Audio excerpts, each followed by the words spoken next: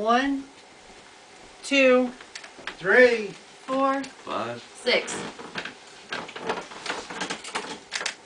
When I was in school, they called me gifted and talented. And at home, everyone said I was so smart I could do whatever I wanted with my life.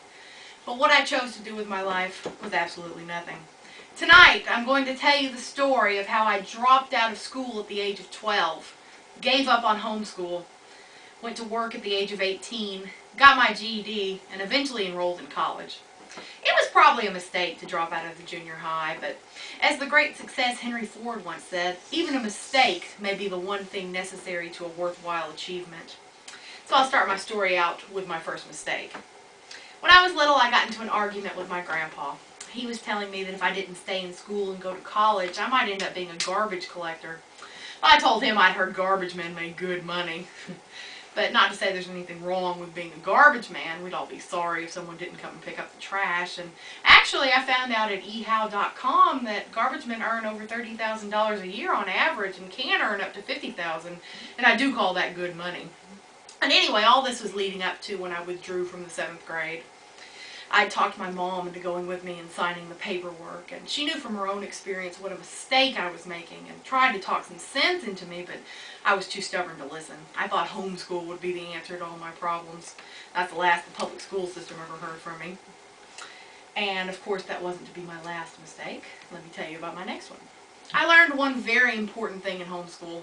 Most people probably shouldn't try it. Most of my homeschool days consisted of sleeping late or playing video games or watching TV, basically doing anything but schoolwork.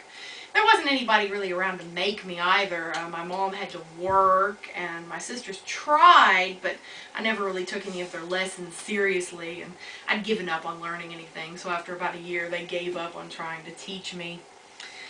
It's sure not everybody's homeschooling experience ends as badly as mine did. If you want more information on that subject, you can go to the Texas Home Educators website at texashomeeducators.com.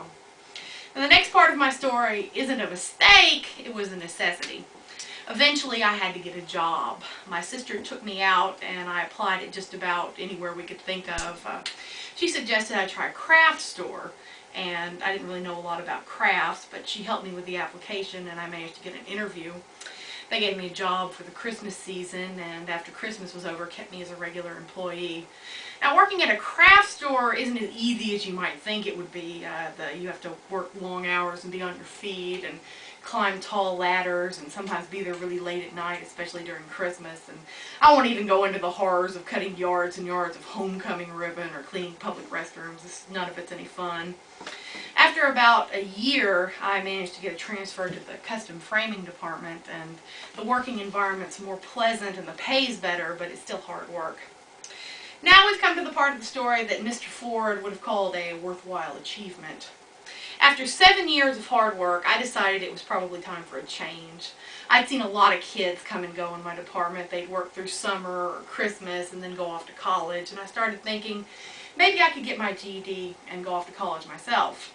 My mom had gotten her GED, and she encouraged me, and I signed up for the test. And if you know somebody who might benefit from getting their GED, you can find out more about it at the Texas Education Agency's website under the GED section, or you might try Kingwood College, which is where I took and passed the test. And now we've come to the most worthwhile part of the story of all. After I got my GED, I enrolled at Lone Star College's Kingwood campus. I'm now in my first semester, and I hope to eventually study forensic science. Sometimes in my classes, I hear kids talk about how difficult the coursework is, and I'd really like to tell them how difficult college plus life is. Imagine trying to do all that math homework or write that paper when you have to also work full-time and take care of a house. And I can't even imagine what it's like for older students like myself who have children on top of everything else. So let's review my journey. The road has not been easy. It's been full of ups and downs, the kind everyone's life is full of. Dropping out of school at 12, failing at homeschool, going to work at 18, getting my GED, and eventually enrolling in college. I mean, it hasn't been all bad, but it hasn't been all good either. And it has all happened. And if Henry Ford is right, maybe it had to happen. maybe this road, for all its twists and turns, is the only one that would have taken me to where I am today. Maybe all my mistakes have been necessary, and maybe they will lead me to a worthwhile achievement. So do I have any questions? What advice would you give to a parent whose child wants to drop out of public school and do homeschool? Well, I would say unless the parent is willing to put in even more work than the child puts in, I wouldn't try it. I took my GED in 1997. It was $45. How much is it now? Well, now it's gone up to $80. Oh, You mentioned that you might go into forensic science. What do you think of studying?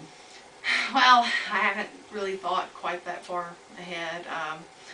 I just know that I'm really interested in forensic science and want to be in that field, but I'm trying to get basics out of the way first. okay. Stand up. 1, 2, 3, 4, 5. 6.